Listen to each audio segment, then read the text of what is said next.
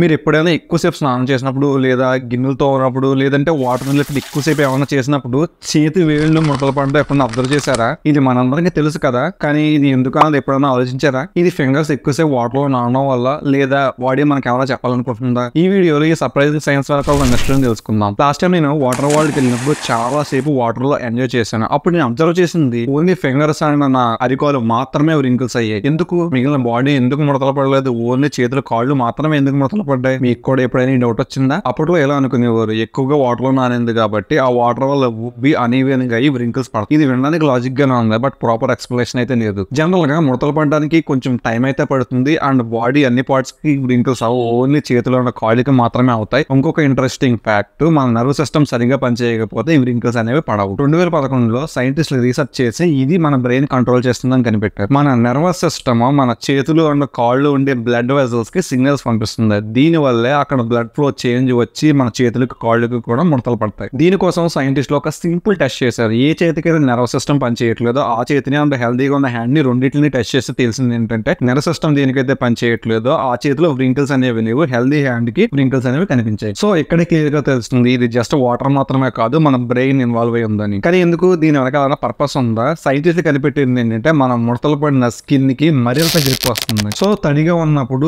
చేతుల గ్రిప్ ని మరింత పెంచడానికి వ్రింకిల్స్ యూజ్ అవుతాయి. Is it evolution? సైంటిస్ట్ కనిపెట్టింది ఏంటంటే ఇది ఎవల్యూషన్ లో ఒక పార్ట్. మన పూర్వీకులు అప్పట్లో వర్షంలోని చెరువుల్లోని ఫుడ్ కలెక్ట్ చేయడానికి అండ్ వేటాడడానికి ఎక్కువగా వాటర్ రిలేటెడ్ యాక్టివిటీస్ చేసేవారు. సో ఇది గ్రిప్ ఉండడం వల్ల వాళ్ళు ఈజీగా టూల్స్ ని పట్టుకోవడానికి, వేటాడడానికి అండ్ ఫుడ్ కలెక్ట్ చేయడానికి చాలా బాగా యూజ్ అయ్యేది. ఈ వ్రింకిల్స్ రావడానికి మనకి అట్లీస్ట్ 5 minutes టైం పడుతుంది అండ్ ఇది వాటర్ లో మాత్రమే వస్తుంది. ఆయిల్ అండ్ అదర్ లిక్విడ్స్ లో అయితే రాదు. అండ్ వాటర్ లో కూడా సాల్ట్ వాటర్ తో కంపేర్ చేసుకుంటే నార్మల్ వాటర్ లోనే త్వరగా వ్రింకిల్స్ అనేవి వస్తాయి. అండ్ ఈ వ్రింకిల్స్ మన బ్రెయిన్ చేత కంట్రోల్ చేయబడ్డాయి. సో నెక్స్ట్ టైం ఎప్పుడైనా సరే మీ చేతులు కాళ్ళు ముడతలు పెట్టినప్పుడు ఒకటే గుర్తు పెట్టుకోండి, ఇది జస్ట్ వాటర్ వల్ల అయితే కాదు, మన బ్రెయిన్ మనకి మరింత గ్రిప్ ని యాడ్ చేయడానికి హెల్ప్ చేస్తుంది. కూల్ కదా? ఈ టాపిక్ ఇంట్రెస్టింగ్ గా ఉందనిపిస్తే కనుక లైక్ చేయండి, మీ ఫ్రెండ్స్ కూడా షేర్ చేయండి అండ్ సబ్స్క్రైబ్ చేసుకోవడం మాత్రం మర్చిపోకండి.